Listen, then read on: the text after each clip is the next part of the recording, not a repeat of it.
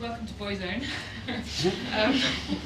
Always think these chairs are a bit like people in Boyzone. My name is Victoria Stewart, and I'm a freelance food journalist. I write for various publications about all kinds of food and people who make food. And but actually, it was while I was food editor at the Evening Standard that I started a blog about street food, and just have been really passionate about it ever since. I'm still writing about it, following KERB, following all sorts of traders and everything that comes out of what KERB does. And in the next hour, we have a lot to cover, so many questions that you guys will probably have at the end and things that these guys want to talk about. We're going to split it into 4 parts. So the first bit will be looking at kind of how this all came about, how we've got to where we are now. Then we will look we'll look at how street food is, or whether or not it's beat the trend label. In the third part, we will look into the future, look into our crystal balls and see where street food is going next in London, and look at some of the issues around it. And finally, there'll be time for some questions. So any of you who've got ideas, you can raise them then. First of all, I want to introduce our 4 brilliant panelists here. First, we have Simon, who is the all-important managing director of KERB. He's been there for 2 years, I think, and before that he was the former group sales director of a big UK events company called Concerto Group, and he describes himself as a super fan of KERB, which is why he got involved. Zan Kaufmann here from Bleecker is the boss of the place that makes people melt whenever you mention it, Bleecker Burgers and other things. Originally a New Yorker, she quit her job in corporate law to work in what she thought was the best burger restaurant she'd ever been to, and then basically rode into London on what she described as a wave, a kind of magical wave of street food that was just taking off at the time. Having run the truck for a couple of years, she's now still running the truck and has 3 restaurants around London, some of which I'm sure you've been to. Regan Koch, over at the back, is many things, including a lecturer in human geography at the Queen Mary University of London. As part of his work, he's looked in detail at urban change, public life in cities, and in particular collective culture, and how urban space can generate new forms of sociality. He's published a number of papers, one of which came out in 2015, which is probably the most relevant, which consider the subjects of licensing popular practices in public spaces via the geographies of street food vending. And Tony Soloman here is one half of London's best mac and cheese street food businesses, Anna Mae's, which I'm sure you'll be aware of, and which he and his partner Anna Clark started 6 years ago, with just a table, a pot, a burner, and basically no plan apart from finding a change of scene. They've traded in all kinds of places, music festivals, events, private events, everything, and I would say if you're at a music festival and there isn't an Anna Mae's, there's something probably wrong. So I thought the first thing would be useful to kind of look at where we are now, and then go kind of fire off some questions. The first thing is, if you kind of cast your mind back to if you were here in London in 2010, 2011, I remember just 1, 2, 3 trucks, people talking, like Twitter, a couple of people on Twitter talking about street food. If you look now in 2017, there are places all over the city. You have KERB street food markets in King's Cross, in the Gherkin, you've got street feasts all over the place, you've got amazing markets that combine fresh produce and street food. You have Epicurean world food markets, you have real food markets, shepherd's markets, I mean, all sorts. You have people in pubs doing street food residencies, you have street food pop-ups, I mean, it could go on, it's everywhere. And actually, KERB alone has traded in 15 locations in that time and worked with 130 traders. Over that time, £20 million worth of street food has been sold, which is roughly the equivalent, someone has worked out, of, in mac and cheese pots, over 3 million, or 1.5 million Bleecker Burger and fry dishes coming together. That's a hell of a lot. What I'm going to start with, Tony, I'll start with you, is you all have your different areas of expertise, markets, events, street food, and research. Can you tell me in your own words why and in what different ways you think the street food revolution came about? What it came about? I guess, the one that everyone says is kind of the internet. I guess just practically things like Twitter back in the day, Facebook, I guess, allowed people to suddenly turn up somewhere, trade, and people would come. I guess pre-internet that wouldn't have been possible. I guess kind of deeper thing for me was, I guess, it's become more and more obvious now is, I guess, people have kind of lost touch with the community thing. Everyone, is in their office. They go to work, sit in their office, go home, on delivery, on Twitter, whatever. I guess it was less then. But I guess suddenly something came along that allowed people to kind of connect with. And that's kind of why I got in it. Suddenly, like, wow, you can turn up, and all these people like you were in the same place at the same time. I remember going the first time when Petra, who started KERB, was there, just in a place off Old Street, which was then kind of not as it is now. And suddenly, all these people who were like me, who liked food, who were bored of their office jobs, were all kind of congregating as you actually talked to them. You felt like a real kind of energy and vibe. So that's kind of one massive reason why. I think maybe the third reason, I guess, was a kind of bigger trend amongst all kinds of food in England, is that, first it was celebrity chefs, and then gastropubs, and then restaurants got more popular, and I guess street food at the time was just another thing that is kind of the quality of which needed to be increased. There was like hot dog sellers selling, I remember on Oxford Street as a kid, you like to have those hot dogs. Are they still around? I don't know. Yes. I've seen them for a while. They're still there. That was street food, or like a kind of burger van outside of the stadium, or maybe like a hog roast kind of farmers market. I guess it was just the wave of food everywhere getting better, and I guess it was kind of part of that. It's kind of carried on with fast food now, and pubs and everything. Is that how you see it, Zan, or is it a bit different for you? Yeah, a bit different for me. I was in New York, so I can't speak to London at the time, but I think we had just had the worst recession in decades, and people weren't going out to eat anymore the same way they were, and the expense accounts had gone, so people needed to find new ways to eat, and street food trucks started appearing, and they started eating that way, and then social media was taking off, so the street food trader could tell people where they were, and also the customer had a new outlet to push information through. And I think a lot of customers at the time were pretty angry and scared. Are we going to lose our job? Do we have money to pay our rent? So sort of that perfect storm of people needing a new outlet and people needing a new way to eat came together to sort of literally cause an explosion. And Guys, I'm really sorry. Would you mind speaking slightly louder and really switch to the back? It's quite quiet. I'm really sorry.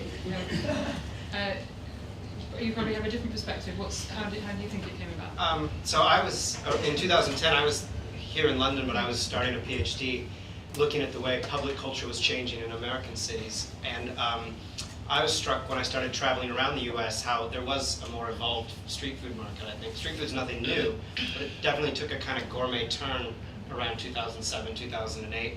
And I think a lot of the things have been said so far. I think consumers were with this kind of rise of foodie culture, we're looking for both novelty, things they haven't tried yet, but also authenticity. So there was this idea that if you could discover or find particularly ethnic vendors, you could get closer to the real thing somehow. I think that's why a lot of people were chasing it initially. But in the post-2007 economy, I think I talked to a lot of people who had student loan debts, or the cost of restaurant startups were so high that they were looking for new avenues, as Anne mentioned. And I think there was a kind of perfect storm where it's an idea that really made sense.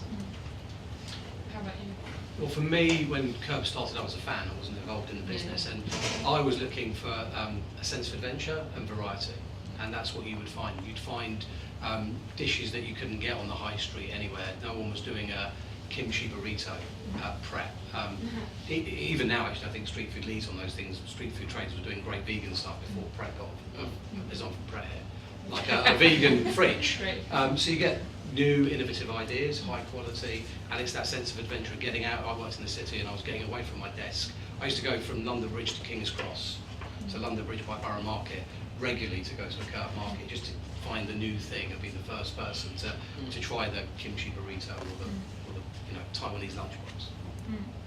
Something I was talking to Petra Barron, the founder of KERB, before this, and something she mentioned, which you guys have touched on, but I wonder if it kind of resonated with probably you guys, is a quote from a guy at the School of Life, which is, "We have entered a new age of fulfillment in which the great dream is to trade up from money to meaning." And I wonder if you guys do jobs and run businesses that you really care about, and I wondered if that was also something, you switched careers and you needed to find something that you're passionate about. I wonder if that was part of it as well. Yeah. Got the money, girl. I didn't really switch careers, like the career found me. No, okay. Right, so I'm just like a happy coincidence in all of this, like pretty fortunate that when I wanted to do this, it was taking off. But It was for me. So I worked in quite a corporate environment and had quit my job and was going to set up another event company and do some consulting, and KERB approached me about how can they get more catering business. And I'd been talking to Petra for a couple of months, and she said, actually, you know, Simon, what I think I need is an MD. And I was like, I'll do it. I didn't even ask the salary, I was like, I'll do it. I regret that slightly, but I'll do it. And literally within a month, I had the job. Okay. Because I'm very passionate about it. I'm passionate about the food, about the organisation as well. Yeah. But it was just everything KERB did. And we get this a lot with our team, that people just are really passionate about the street food scene and want to get involved.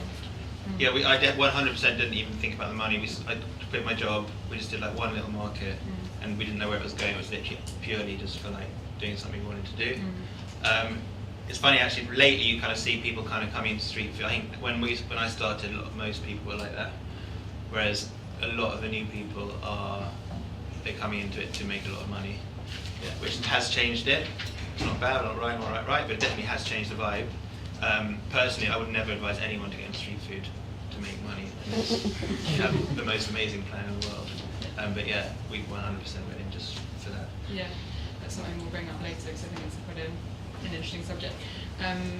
Looking at, kind of moving into part 2, looking at the reasons, I think it'd be interesting to explore the reasons why, unlike so many of the food fads, and there are so many, why, unlike that, it has actually established itself as part of the fabric of London. I guess many people consider it now a legitimate and burgeoning competitor to the traditional restaurant. And keep going coming back to you guys again, but do you, or anyone, do you think street food is a fad? And if not, why not? Or if so, why so? So what you said, it's been around for a long time. I guess under the current guise of street food, I don't know what it was called before, it's markets, farmers markets, eating out, hot dog stands, Hot food. whatever. Yeah, hot food. I was actually I was reading under like Shakespeare's Globe, they found loads of like street food, like oysters and peas cods, which are like hot peas that people used to eat, and like chicken. So it's been around for a long, long time. I think so. It isn't a fad. It's kind of, I think what is a fad maybe is calling everything street food, which annoys me. I saw it on the way here. So I went past the Yo Sushi, which is now Japanese street food. For like, I don't know why it's suddenly Japanese street food. It was sushi and like noodles and So stuff. it's become a marker of something that will bring on. Yeah. So I think that is. I think that feels a bit faddish. Yeah. But in terms of something, I think fad is kind of, a fad is, there are things in street food that are fads, you know, colourful cheese toasties or, I don't know, loads of them. But the idea of, you know, eating out, which is kind of a need that everyone, or a lot of people have, to bring everyone together, I think that 100% isn't a fad. But yeah, calling everything street food, I think is a bit faddish. Yeah. Especially everything, you go into a supermarket now and have like street food ranges, or like pubs do street food menus. Yeah. That's not street food, that's a pub menu. Yeah. Street food inspired. Yeah, street food inspired, as well. yeah. How do any of you guys have any thoughts on that? I mean, like when I think of the word fad, I think of gimmick, right? And I don't really, my self doesn't operate in that universe. I've never really been about producing things for short-term gain. Yeah. But street food is sort of, if we think of like different waves of coffee, obviously street food pre-existed all of us, as you know, Tony mentioned, but it's this latest, you know, movement going back to 2010 is a movement.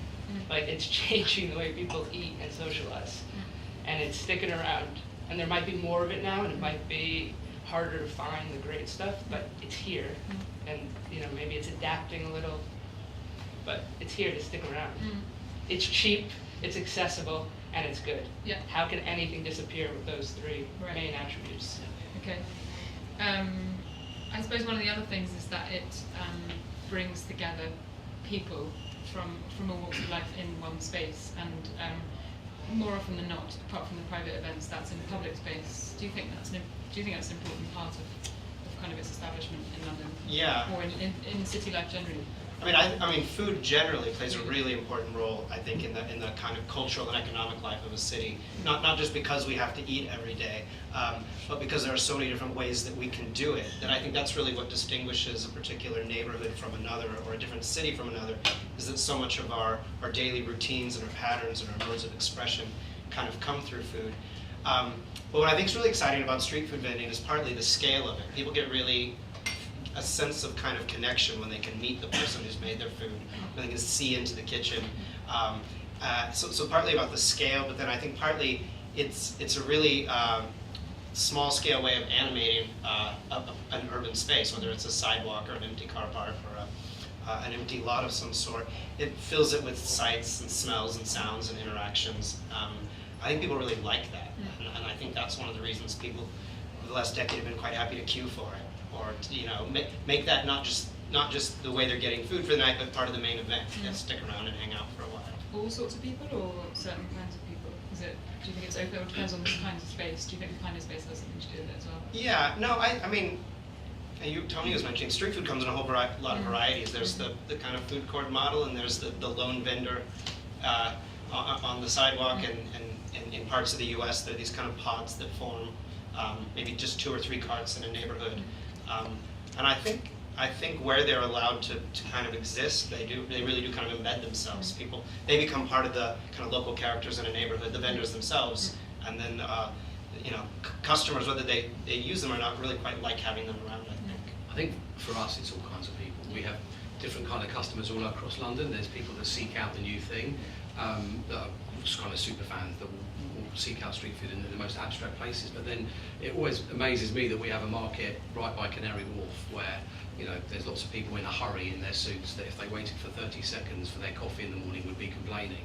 Yet every Friday they'll queue for half an hour for fried chicken. And still I can't imagine these same people, myself included, going to any kind of fast food restaurant and wait for that long for their food, but they do it every week. Yeah. It's amazing. Because they know the consistency. It's the consistency, the quality, it's the interaction, it's speaking to the person that's making it, getting it made just the way they like it. Yeah. It's not in a packet, here you go. Yeah, I think that's changed as well. People's ability to talk with people who are making the food rather than maybe behind a closed door in a basement restaurant where a lot of chefs kind of traditionally have cooked. I think street food has sort of lowered the barrier a little bit in that sense. There's still a lot more that has to happen, which we'll come on to as well. It ties in with the whole open kitchen thing. It's, Yeah. happens there, it's happening everywhere, not just in street food. Yeah. Have you felt that trading as well, that you've enjoyed talking and Yeah, and that's if you had time. that's the fun part of the job, is talking to people. Yeah. I mean, everyone is so. I think it's kind of the highlight often of their day. They've left the office, they've come down, they want to chat to us, and it's really nice. It gives you a lot of a really nice buzz. Even if it's a kind of crappy day and it's raining, you haven't sold anything, there is always someone's come to see you, or someone's like said how great the food is. Regardless if you're really busy. Really busy, that kind of bit annoying. It's always when you're most busy, you get a guy kind of going, what do I want? Do I want it that? Do I want it like that? They ask their friends, what should I have? And there's like loads of people behind going like, it's always really nice. It's a pleasure. I mean, I think if I was going to tell a new street food trader anything, I'd say don't be entitled. Like, these people are coming to you, they're spending money, they're spending time, like, take it, appreciate it, and use it to move forward. Yeah. Yeah, and you're right about spending money. A lot of it is, actually was at a KERB market earlier and had 2 people walk past going, oh, it's such a rip-off, 7-8 quid. And I think actually brings me on to the next question is the legitimization of street food. And I know the KERB has done so much to try and kind of show what goes into running a business, and everything from kind of focusing on quality to the presentation to all the back of house stuff that no one just eating a dish knows about, like all the health and safety stuff, and I guess service as well, and kind of training and all the things that go on back of house. Do you think that has been an important part of its kind of growth and its perception? I think for us certainly that's what we exist to do, is create a platform for traders and to try and tell that story, to tell the story of the quality, to champion these people for not just cheap food like the hot dogs you used to get at Oxford Street, but this is really good hand prepared quality food, and therefore it's not £4 or £5, it is £6-7, and trying to tell the story more about what goes into it. It's not a cheap thing to do, to set up shop for 2 hours and have some staff and hand prepare your food and sell it and pay VAT and pay rent and everything else that you have to do. So that's a big challenge for us, is telling that story that it's not just cheap food, it's high quality, innovative food served on the street. Is it easy to tell that story? It's a challenge. It's what we kind of exist to do, is to create this platform for people where we are saying this is high quality street food, and that's maybe why it costs what it costs. Yeah. Have you traders found that kind of an important part as well, the face of it as well as, you know. People don't see what goes into. I mean, I gave up my job thinking, oh, this is going to be the easiest job in the world. I'm going to do 2 markets a week. We make what, £200, £300. That equals this amount of money. That was completely wrong. I did not. I don't think you kind of have to do. I think it's with any job you have to do it, and you realise what's kind of involved in it. But there are so many. If we could be cheaper, I would love to be cheaper. But things like VAT, tax, staff stuff. I mean, and like, the government are bringing in more and more things. There's now like pensions. That's just the staff. Then there's like, you know, yesterday they just increased the congestion charge. You've got an old van, that's another 10 quid every day, 60 quid a week. So there's so many costs that go into it. I don't think any of us think, oh yeah, let's go £8 because we want to make loads of money. Yeah. It's like, oh god, our cost of that, we can probably make it this. One of the things we're trying to do is for the next generation of traders is to make sure they don't make those mistakes. Right. So it's amazing how many of our traders, particularly my stuff, they don't have a P&L, they don't understand their figures. So we run workshops now to try and educate people before they set up. This is what goes into it. It's not a quick bucket. You might see someone for 2 hours have a massive queue selling £9 dishes, but there's a lot of work that goes into that behind the scenes and a lot of costs. And so trying to educate the traders as well as the market that this is it's not as simple as you may think. I think, I mean, for me, is this sort of asking what KERB has done to help us, or to sort of illuminate it for the public? Both, I think, and I think, and I think because they appear to have given quite a lot of support to traders to try and make that more obvious to people on the outside. I don't know if that's your perspective. I mean, for me, the relationship with KERB is very simple. You know, I brought the quality, the service, the look. Like, you know, you didn't help me with that. But I hate it. But you know, when you're running your own business, to have like a support system there, first of all, like Petra gave me my first gig. You know, KERB is fundamental in Bleecker's success, but also, like, you know, I was saying this to Ali earlier. I don't think KERB owes me anything more than they already do. Like, it's amazing. Like, I bring the food and the service and the truck, and they give me places to trade. You know, before I started, I was having sleepless nights. Like, I've spent £40,000 on the truck, and where the heck am I going to trade? And they swoop out of nowhere like a white knight and be like, oh, here you go, you can trade at the Gherkin, you can trade at King's Cross. So I'm like, holy shit, like, this is amazing. Yeah. I suppose, so what then happens is that amazing story gets kind of put out and people read it and get really excited, and there's this kind of perception that it's a very easy trajectory to start a street food van and then open a restaurant or whatever and make more money from it, and clearly you said that's not the case, but is there any truth in that? Like, I mean, it's clearly really difficult, but... What's amazing, there are even now, with all this kind of street food explosion, there aren't that many good places to trade. Even like, we aren't that many in the city of like, you know, whatever, 11 million people with, you know, 4,000 street food traders. There aren't actually that many great places to trade, and it is a struggle. I mean, you're a kind of massive, you're a big success. Is that what I am?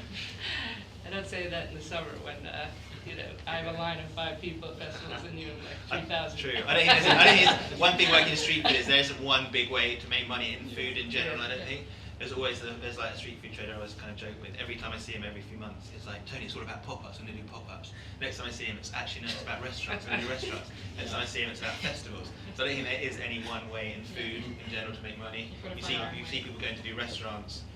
Like I saw the Honest Burger, you know, they've got many like restaurants. But I saw them at festivals this summer, and the guy Tom who owns it says, you know, it's about festivals. That's how we make money. And I'm thinking, wow, it's actually about restaurants. I mean, there is no one path to like make a lot of money through food. Like, food is a hard way to make money. You have to be adaptable. Yeah. Right. It's like this alludes back. Well, I don't know if you're going towards this, but street food alone for Bleecker was not sustainable. Like, there were some rough days where, you know, are we going to pay our rent? You know, so it's very hard. You know, I don't want to sound arrogant, but we were one of the better ones who made more money at these things. Why do you think that is? You just don't have the consistent revenue, right? So Spitalfields, we take X amount of pounds and we do it every week.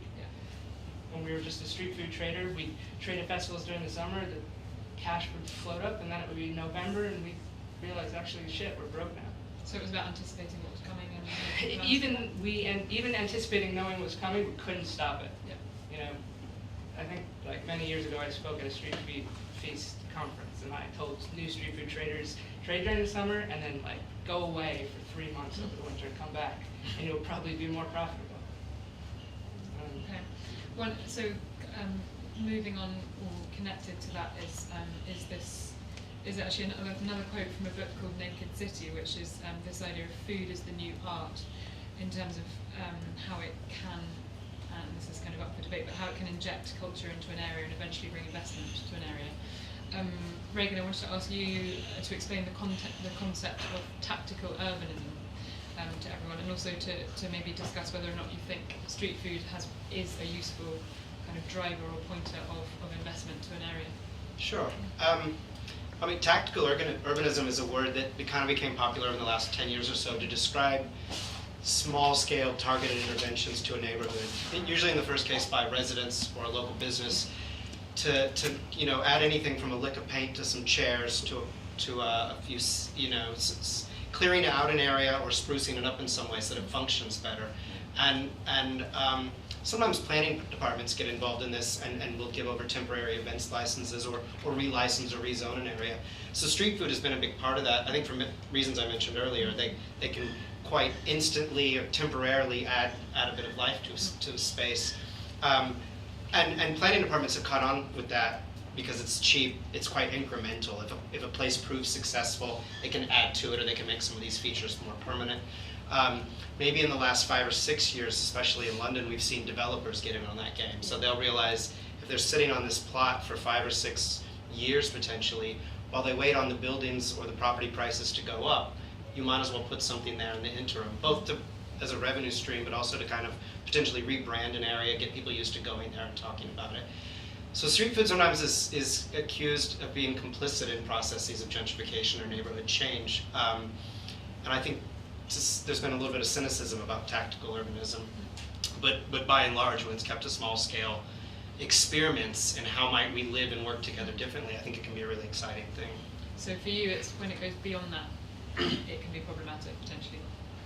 Problematic, or maybe can lead to the cynicism. Yeah, I think the cynicism came from a couple of things. It came from a kind of identikit rollout. Places started looking quite similar. Yeah. That's because ideas transfer quite quickly. And then maybe people feeling like the industry has a hierarchy to it now, that the developer funds the space, and then the space will have a temporary leaseholder, and then they're renting out stalls. But I still think the enthusiasm's there more than the criticism probably sticking. Simon, do you think in terms of spaces like that? Do you think? I mean, we occasionally get growth? accused of being complicit with that, but I think there's a perception, there's a reality. There are developers that think. Our team went to see a site today where they've got a building site, and in 5 years' time there's going to be 25,000 people, and they think, if we put KERB there, it will draw people to it today, and it'll be really lovely, and then everyone will want to be here, and people will let our offices and rent our shops. But it doesn't work for us because it doesn't work for our traders, because we could do it and take the money, and then Tony will rock up and sell 4 portions of mac and cheese and lose money and complain, and the whole thing falls apart. It's all a bit fake. I met lovely for the 4 lovely people. He's lying. So in that instance, it's not for us, and it's not something we get involved in. There are, in a more kind of commercial way, there are good examples of how we've helped with an area in West India Quay, in Canary Wharf. It's not far from Canary Wharf, but you have to cross a bridge to get there, and no one was really going there. We have our KERB market started there 3 years ago. Yep, 2.5 years ago, and we've been really successful in drawing people over that bridge to come and have their lunch at West India Quay. And now, the place is fully let. There's some amazing tenants, and actually, Pizza Pilgrims have a huge, permanent site there, and they're an ex-KERB trader. They started with KERB. So for me, that's a really nice story of how we've kind of helped, develop the area in a positive way. Incidentally, what is the process? Because I'm not familiar. What is the process of choosing or identifying an area that you will eventually set up a market in? And who's involved in it? So we get a lot of requests for KERB food markets. We go and see a lot of them. Ian is our head of market, and he went to see one today, and he reported back that there's no one there and it's not really right. We're now looking for us for kind of iconic high footfall locations for our traders, so that we almost know they're going to be successful when we go in there. We're not looking at an area where we're being used so much as a kind of placemaker to pass the time until something better comes along. Right. We're looking for more security for us and for our traders. Yeah. So obviously when we started at King's Cross there wasn't much there. Now it's almost fully developed and amazing. We're still there, which is great. And they're the kind of opportunities we look for to be part of the fabric of that area, not to be there for a little bit and just as it gets really good get kicked out. So you go street food in opportunities. That's where you start. Is that the right? Is that the right direction, do you think? I mean, so you mentioned Sharon Zukin's book, Naked City. She's really critical of artists. There's a familiar story with gentrification that the artists come in and then the hipsters follow and then the homeowners, and there's a spiral. I think it's a lot harder to pin it with food for the reason Simon's mentioning. It's a little bit more chicken and egg. A restaurant isn't going to be successful if people don't go to it. So I think they're more. I think food, particularly street food, is just part of a much larger set of changes that's happening in our cities. And if we're trying to come up with a blame for the housing crisis or the cost, I would put the blame much more on national housing policies than I would on independent business people. Yeah. If you look at something like Model Market in Lewisham, I don't see how that could possibly be a bad thing. It's a market that no one's using, it's completely run down and they've re-enlivened it, it's really busy, it's something for the locals to go to, but it's also something that's bringing business into the area. And I think that's only a good thing. Cool. Perfect time. We're going to the third section, looking at the future. I think thinking about where and how a lot of people eat street food, if we're going to call it street food, the umbrella term, I would say vans, trucks and stalls are still probably the way most people think of eating it. But actually if you look now, there's so much more, so many more spaces, kind of undercover spaces, food courts if you like, from the way Street Feast is now been developing to places like Pop Box in shipping containers, and I know they've got more planned, shopping centres. So much of that is very similar to the Southeast Asian model that's kind of coming over here. Tony or Zan, I wonder if do you think the street element will be replaced in favour of food courts, or is the kind of itinerant nature something that will stay? I think both will exist, right? You always need sort of a checkered approach to anything.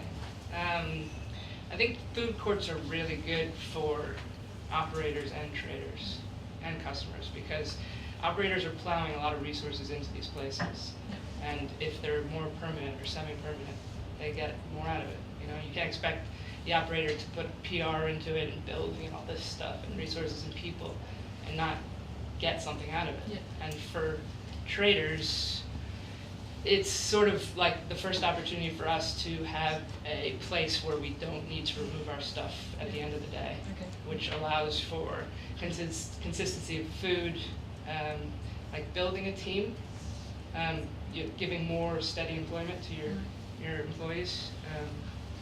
So for me, they have to exist. I think it's a transition, sort of allowing people to exist and stay within this arena. So the combination. So the traders themselves, they need this. Yeah. The permanence. I think so. Yeah. The way we look at it is they coexist. So Zan mentioned earlier about going home for going back to America for the winter or not trading through the winter. Yeah. These places give street food traders an opportunity to trade year round because they're covered. Yeah. And you can trade in November and December. Yeah. They also create space.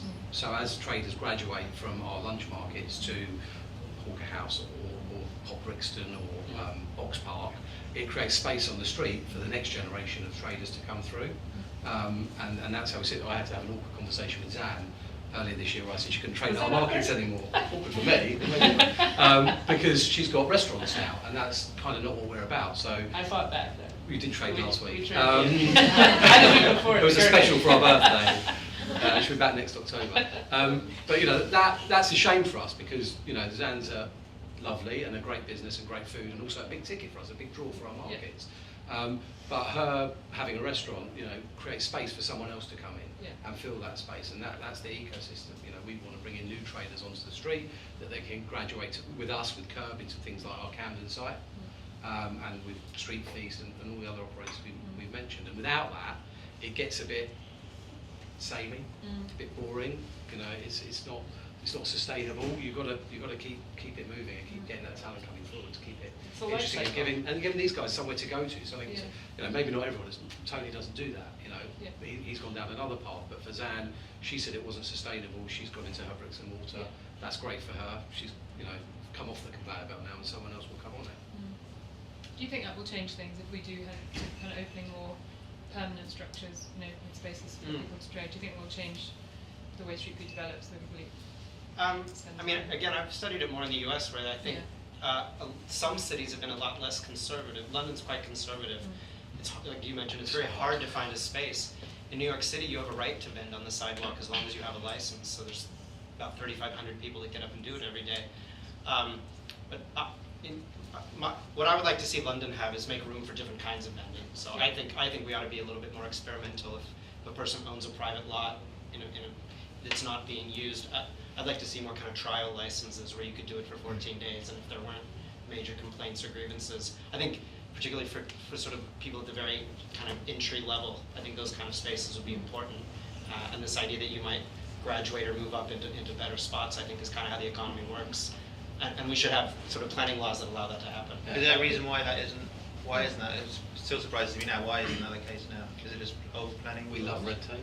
Yeah, London's just it's old. There's the layers and layers of laws, and once they're in the books or once they accumulate, it's quite tricky. I was unpacking this in the U.S., trying to understand why, on a given day, Portland, Oregon would have 600 vendors, and Seattle, just up the coast, would have 10 vendors, and it's sometimes it's the planning department, sometimes it's the health department, sometimes it's fire or zoning. And for someone at the entry level that doesn't have the free time or the resources or the language skills or the permit fees, it just never gets, those layers never get punctured. And I think if there's been a good thing happening in the US with people insisting or demanding, why isn't there street food in my city? Or you get people doing these kind of mid-career transitions who have the cultural and economic capital to start figuring out why. At least in some cities like Seattle, you start to see it open the door for other people. Whether that can happen in London or not, I don't know. So mostly it's in the US that's happened successfully. Yeah. Kind of more private approach. Yeah, it's not strictly public or private. In Portland, Oregon, it all happens on private lots. But if you own a parking lot, you can rent it to all kinds of activities that here wouldn't be allowed. It's actually getting harder here. We're having councils come after us for business rates and market taxes on private land. So it's getting actually harder to find places to trade. Planning laws are really hard to create these indoor food markets because it doesn't fit in the conventional scheme of is something a restaurant or is it a kitchen. It's difficult, and that makes, if people don't understand things, they say no, is what we find. So it's really difficult to find spaces and to trade and create new opportunities. Something that's really important is obviously a lot of the food, the street food that's made and available in London there's a huge diversity of food from all over the world and so many wonderful things to eat. A lot of people mention the fact that obviously not necessarily people who are eating it and buying it there isn't such a huge diversity, and also this idea of the people on the top rungs of street food, the kind of upper echelons of street food, who have a huge media presence and maybe possibly have left kind of top ad exec jobs or banking or law or whatever, are the kind of middle class life changers. And a lot of people have financial backing already. You mentioned and already well networked. Zan, do you think the industry is evolving to try and create opportunities for a wider demographic of London? Or should it? Is it? How is it? It's hard, right? Because I'm the lawyer who left, right? So I know I felt safer entering into this career change because I come from a privileged background. And I think that comes with privilege, security. I never worried about it not working. How was I going to pay my rent? What was I going to do? And I think, having that privilege gives you access. So how do you circumvent that to allow other people to enter this arena? Luckily with street food though, the barriers to entry are pretty low. It's something that you can do on a part-time basis. I know when we first started, there were definitely traders that were only doing it on the weekends. And like Tony said, he started with one pan, a burner. So you can spend very little amount of money. Try it part-time, see if it works, keep your real job, and if you're successful, you can sort of ease in. I think that's the problem with food in general. Is, you know, restaurant owners, people who write about food, a lot of them are kind of very privileged, kind of upper middle class people. And I think if you look at food, street food is actually probably the most accessible way into it. You know, we literally just started with, we bought a table and a burner, and we used loads of pots and stuff from home. And literally everything we have now has just come from that like first market. So we made 100 quid, bought a gazebo, made 400 quid, bought a van. So you can, and I was working in my other job, like part-time, and I'm also very privileged, but you can do it. It's a lot harder if you want to start a restaurant or get into law or be a doctor or whatever. Yeah, that was a lot more expensive. I think it's an amazingly accessible thing if you have the guts to do it. I think there's two sides to that story. The first one is roughly like how much did it cost for your first restaurant, proper bricks and mortar? Roughly. So Spitalfields was relatively Yeah. okay, but that's not really a restaurant. Yeah. It's a kiosk. Victoria was, I don't know, 200. Yeah. And we needed operating cash flow. You need 1,000. 300. Yeah. 300,000. Right. Yeah. So a couple of $100,000 to start a street food business costs $5,000. Really? Yeah, that's what we have a kit at our workshops. We tell you everything you need to buy to start trading, and you can get yourself up and running with everything you need for about £5,000. Still, lots of people don't have £5,000 and can't afford to give up their job and spend £5,000 and lose that income. And we're aware of that, and it's something we talk about a lot. And I don't want this to sound like a plug at all, but we want to do something about it. We have an idea for a scheme. We run this incubator scheme where every 3 months we bring in new traders who are already existing and put them on the markets. We have an idea for another scheme whereby people can come and work on our markets and have their income supported. People from low income backgrounds. Yeah, absolutely. Yeah.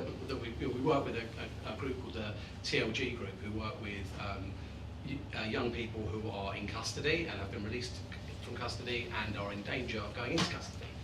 So maybe some of their guys that maybe have been released from custody, they can work on our market for a few months, have their income enhanced by this project so they can survive, and then we will help them set up a business, and maybe we will loan or maybe we will gift them some money to start up their business and give them an opportunity to trade. It's something we will make happen in the next year or so. We're very much started. We've started planning it. It's a priority. We want to do it. We're not doing it, but I think we will do it in the future. We are aware of it. We are aware when we look around our traders that they look a little bit similar, and we do want to create opportunities. So,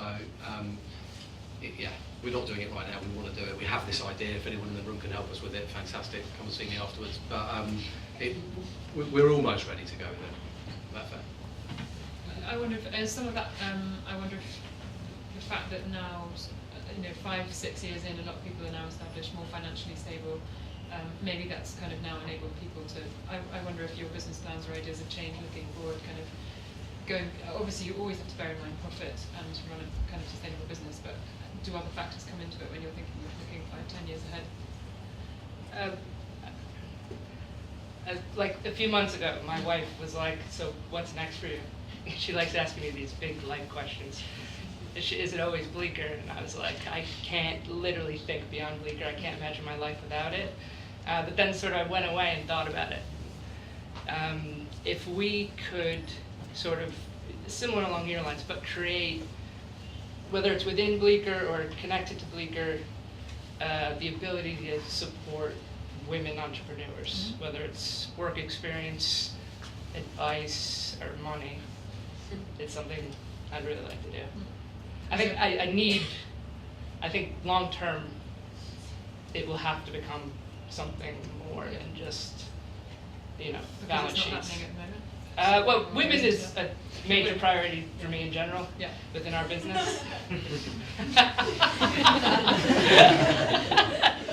I'm just kidding. But most of my managers and GMs are women, because they are just better and more reliable. But I think it's within food. You see all these examples of men-dominated spaces. I mean, you see it everywhere. But I'm in food, so I see it more. Yeah. And it's a priority to sort of break that up a bit. And if we can do it with women that want to start their own businesses and don't know how, because I'm full of advice. I've done so many things wrong, and it's so easy, for me to have one conversation with someone and save them loads of time and money. So why not? Cool to it. How about you? Do you look ahead and think, how would we do things differently? Yeah, I mean, I agree that if anyone's starting a street food company, employ women, not men. They're 100 times better across the board. We got into it not to make loads of money, but to do something fun and exciting. And it is easy to kind of get lost in the kind of everyday paperwork and everything. We always kind of have an eye out of what we can do. I guess we are now in the privileged position just about now to be like, okay, we don't need to desperately try and make more money to cover everything. We can kind of do projects, and we're super interested in KERB does. And we've done some things with them in the past, like them last year went to a little community centre in Camden and helped the kids cook mac and cheese. And I love stuff like that in London in general. Like last week I went down the Towpath Cafe in Islington, which is one of my favourite places. So at the end of the summer they get everyone down to come and clear the canal, and take all that rubbish out and make good food. It's such a nice thing. I think that's what I really got into it for, is to be somehow involved. Part of the community. Part of a community, Yeah. But you said then there's the council and all the planning laws and everything. It's like you think, okay, I'm going to do this. And when you sit down, you're like, oh, I can't do it. The council said no, or the local people said no, the gas guy said no. So it is a bit, it's hard. But I think, as Dan said, was willing, definitely. Someone came to me and said, please help me with this, 100%, yeah.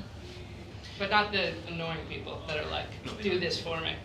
Because there are a lot of those. Okay. Do you get it? I mean, I don't anymore, but when we were on the streets, the questions were ridiculous. Come on, mate. In what sense? People thinking it's easy? Or No. Not, well, maybe they do, but just they wanted to let me sketch your van. Who's your meat provider? Who's this? They just wanted to take so they could copy it. Yeah, I don't know, maybe they can't copy it. No, too. The final thing looking ahead that I wanted to check in on is this idea of trading abroad. A couple of KERB traders and other people have gone to do events in places like Abu Dhabi and Dubai, and some of the rumours have come in that they've come back with Rolexes, and it is an easy way to make money. I keep saying it because it keeps being written about, and so do you think having a presence abroad is important, and also is there any truth in the Rolexes? Don't know. Is it? I'd say having a presence abroad is not important to us right now. We're concentrating on London, although we do have opportunities right now to go to some of those places. Yeah. But is it a problem? Why not? At the end of the day, we support small businesses and entrepreneurs, and if they want to go to Dubai or Abu Dhabi and make a load of money, then they're in business. Why not? Personally, I don't have a problem with that. Okay. And if we enable them to do that, then fine. So far, we haven't been involved in that. But I don't personally see a problem with that at all. I think. Yeah, and separate from the money making, I was also thinking of it as a kind of an export. Yeah. An idea of it being a positive export. Absolutely. I mean, there's this whole thing around London food that 10, Yeah. 15 years ago everyone thought it was rubbish. And if we could export some of the food that's come out from the streets of London to the rest of the world, that would be amazing. That would be a great thing for our profile for the traders and for London, to say that this all emanated from the streets of London and look, it's now all across the world. That would be an amazing positive thing to do. How about you guys? Would you consider trading abroad? Is that an option? Yeah, we didn't do the Dubai thing. We did a weird job last year for an Indian couple who were getting married in Vienna. It was a kind of weird head fuck. So they wanted to fly out an English street food trader to an Indian wedding in Vienna because apparently then that shows, in India it shows your wealth, that you can get a Western person to come and cook for you. And cheese as well apparently is very Western, so it shows kind of how kind of educated or whatever they are. but again, it's like the Dubai thing. There's no such thing as a free lunch in street food. If something sounds too good to be true, it normally is. Okay. This year, I think everyone went out there and it rained, and no one made any money. But yeah, these things are a lot. We did another job for in a private island in the south of France. Again, it sounds great, but it's a lot of work. And generally, yeah, it's kind of almost easy just to kind of do a lunch market. It sounds good. It's nice to tell people you went to kind of Vienna or whatever. But just going personally, traveling abroad to different street food markets, I kind of always think that, unless in the States it's very different, but London and the States I think are very different to a lot of other places in the world. If you go to a street food market in Copenhagen or Amsterdam, or I was in Madrid last week, I don't know, they lack a kind of energy or kind of cosmopolitan mix. I think London's so big and has such an amazing mix of people. You feel like the energy in it feels very different, whereas you go to like Copenhagen, it's like 20 kind of Danes standing there with the same food. Everything is very sterile, and every time I go, I think I'm going to be excited, and every time it's very like, oh, a bit disappointed. So I think London and New York and LA and Portland and places like that are very cosmopolitan and very food focused. It is really exciting. I was a bit disappointed when I go to kind of somewhere a street food place abroad. Maybe that's just me. I guess we've kind of covered a lot. I'm sure there's more to talk about, so we can head into questions. But for now, thank you so much for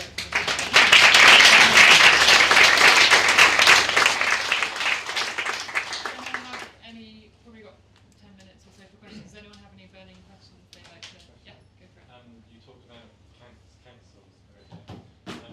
Is there any evidence that high street restaurant chains are lobbying or pressuring councils to make life difficult for street traders? Because conversely, the councils have got to let out vacant space, and they get more money, more revenue, I'm guessing, with business rates from chains than they do from markets. I'm not aware of that. From the councils, the developer's slightly different. There is this. We were very worried with King's Cross. They built this amazing square with lots of, probably quite expensive to fit out food space, paying very expensive rates, and then here we are every Wednesday, Thursday, Friday with 10 street food traders pitching up. But the developer there is, seems to be quite relaxed about that and quite positive that we bring a different kind of experience, energy, cuisine, I suppose, to that area and a part of the mix. So I don't think we've seen it from councils, maybe a little bit from developers. Interestingly, sometimes I think maybe the opposite's starting to happen, where people are looking at us to fill the retail spaces that are appearing all around London. That I think people are quite nervous about the food retail environment at the moment, and they're worrying how they're going to fill these spaces, and they're looking to us and to our traders to fill them more and more. And just adding on to that, have you also noticed that bricks and mortar restaurants are now putting tables in front of their windows, serving from tables? That seems to be a trend. Absolutely. I mean, it's like Tony said, going past Yo Sushi, and I didn't see that, but a Japanese street food restaurant, you see it everywhere. Everything's some kind of street food something, and trying to change how they serve their food, the customer experience, to mimic what is done on the street. Some of it's very good. Any other questions? Yes, go for it. Hi. So you were talking about how you champion top quality handcrafted food, and how interested in the traders. How does that? But then also the compromise is it's very expensive to do this. How does that fit with the ingredients that you're choosing, most specifically the meat? So how high up is, for example, animal welfare in terms of when you're choosing the produce that you're working with? The meat, Well, we don't yeah, really he's do a cheese guy, we so- don't do meat. I mean, Or that- cheese dairy as well. It's But sort of the farming. for us, I mean, it's paramount. I actually spoke to your guys on that a little bit. I hope they answered it well. They did. And it was super tasty. Yeah, I mean, our footprint is pretty small. It's Yeah. all sort of within England, and it's all grass-fed farms, small farmers, small supply chain. So, in terms of doing our part in that capacity, Yeah. I think we do more than most. But we're using this product also because it's the best. Mhm. So I can't you know. So that was my assumption, would be that street food and street food trading, it would be like the top quality ingredients, which in my mind goes hand in hand with grass-fed, free-range animals. But the reality, when I'm speaking to a lot of street food traders, like, they can't tell me that their meat's free-range, and they're saying that no one's really asking. And is that accurate? Like, what's... I mean, it's like Victoria said, you know, she sees people coming past saying £8, that's a rip-off. The reality is that people want cheaper food. It is a balance between, right, how much do people want to pay? You know, if everything I did was if everything. In fact, we did a festival in the summer, Shambhala, where everything had to be organic, everything, which is really great actually. But Shambhala said you can't put your prices up, so you have to be £7 still, but literally organic is like 50% more on lots of things. So so it was great for that. We did it, but would that be feasible if we did that all the time? No, unless everyone wanted to buy organic. So how much would you think you would need to put up a dish from £7 to? I mean, it's about organic ingredients is about 30% more. So that would be another £2.10. It'd be £9. People would not buy. A lot of people would buy it for £9. Which is a shame. It comes up and up and up all the time. Yeah. People ask this question over and over again, and it's difficult. It's always difficult to explain for the reasons. Yeah. I mean, so with Brexit, I don't want to bring Brexit into it again, but you know, things like milk and cheese are going up. It's going to get higher and higher and higher. So something's going to happen. Either we're going to have to put our prices up, or people are going to start cutting kind of quality. Yeah. It's just one of those things that's going to happen.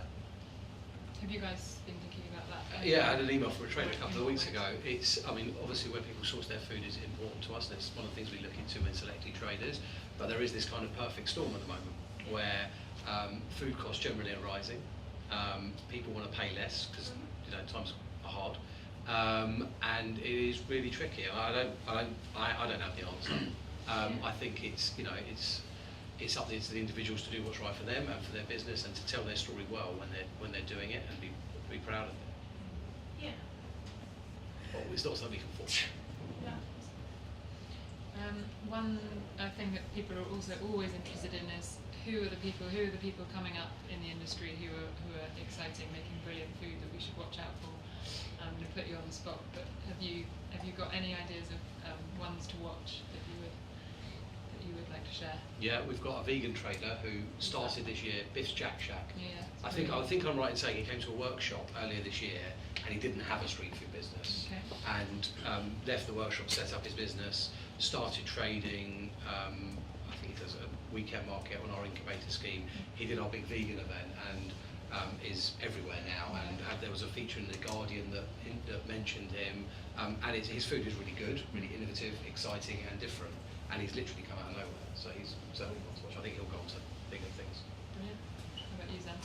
I mean, so Pointers. like at the KERB birthday party, the head leagues above every other dish, including ours, was the ice cream sandwich between Vicky Donuts and Blue Top. Right? Yeah, Blue Top and Vicky's Donuts. Yeah, I don't know how new they are. Yeah. But that dish was amazing. It was. So, I'd watch out for that. Yeah. Blue Top's quite established, and he only trades in the summer. He's finished now. He takes the winter off. He sells ice cream, and that's it. He's not going to trade now until next summer. I literally started seeing in 6 months. He's going to Dubai. But he's great. Maybe he should. But his ice cream sandwiches are amazing, and Vicky's Donuts. Yeah, that was pretty good. Yeah, it was awesome. How about you come across that? There's an amazing new burger place. I'm joking. I think the whole vegan thing is massive now. And I mean, I had a spice box, they called? Yeah. Yeah, Camden, which I really That's like. really And I just good. read that they've got like raised 400 grand for Expansion. take over the world. Yeah. So yeah, I think vegan. It's actually a bit more. It's not just for more. Yeah. She's got quite an interesting concept of where she's going to take her food, which is slightly different. I don't want to tell everyone, but yeah, it's exciting and it's different. It's innovative. There's one called Smoking Lotus as well, which is amazing. But they're just in, I don't know what it's like. They're just opened in Magic Roundabout on top of the road here, but they're really good. Yeah, really good. Have you come across, I guess it's different, but have you come across anyone recently that you've Yeah, enjoyed? no, it's funny that the vegan answer got taken because I live next to the vegan market in Dalston that happens on Sunday, and the crowds are big, the food is good, and my students at Queen Mary are all talking veganism, so I feel like maybe it won't be so, it doesn't need to be confined to Dalston on Sundays. This is the guy to ask, because he's in charge of our new traders and incubators. You both of you. Who? No. Holly, who's the one to ask? Who are you excited about? Growlers. What do they do? They do Portuguese steak sandwiches. Nice. Look like the farm. Did you know that? So Portuguese steak sandwiches, Yeah, not vegan steak. not we do offer a vegan option on occasion, but it's a lot of meat usually. Great. Unless anyone has any final question, one okay. I'm gonna go with the guy at the back. Let's put it up. Hi, there's been a lot of talk of sort of high quality food, understandably, but with the kind of, particularly in London, the shift towards high quality drinks and sort of cocktail culture, how are you finding that the importance of offering high quality drink offerings alongside the food is important, or are people tending to sort of search out the food and then just picking up something to wash it down? Do you want to go first? Did everyone hear that? Yeah. Yeah, I mean, I think we serve high quality drinks like, Brooklyn Lager and Square Root Soda, and now wine on tap. And I think we put it in before customers even really knew they wanted it. Like in the city they'll drink any sort of lager, but we're giving them Brooklyn Lager and they're like, oh, what's this? This is interesting. But I think it's essential for our brand. Like, I don't want to spend all this time on the burgers and then sell shit drinks. For us, it's incredibly important. We've really invested and grown our bar business over the last 12 months, and we only use high quality and, if possible, kind of local drinks. So our vodka is Chase, and our gin will be Half Hitch or East London Liquor Company. We use Square Root sodas. We look for breweries from London and the rest of the UK, and we're kind of quite strict with that. And we experimented this year a little bit with drink sponsorship. And it's easy money, it's good money, and we've kind of made a bit of a decision to not go down that route because we want to keep our offer really high quality, and we'll work with the brands we want to work with, but it's not open to everyone. Okay, final question, then we're done. So street food is very daytime focused now.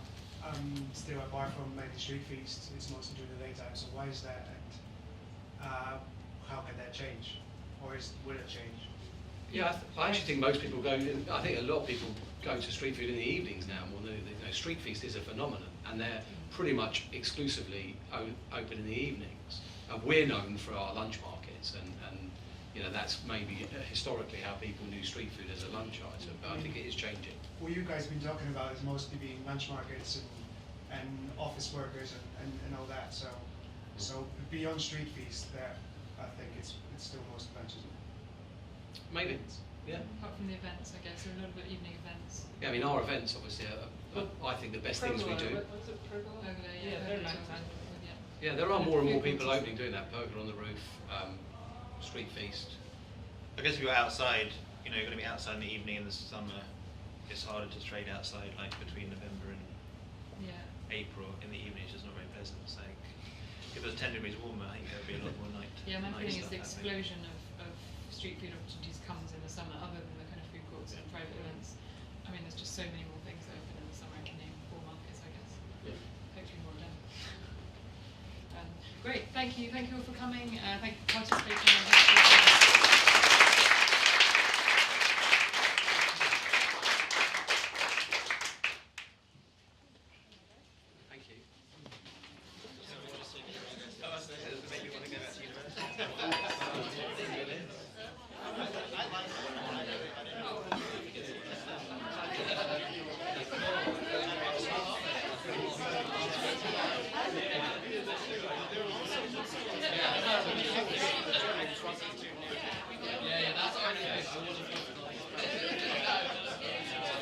I'll be like,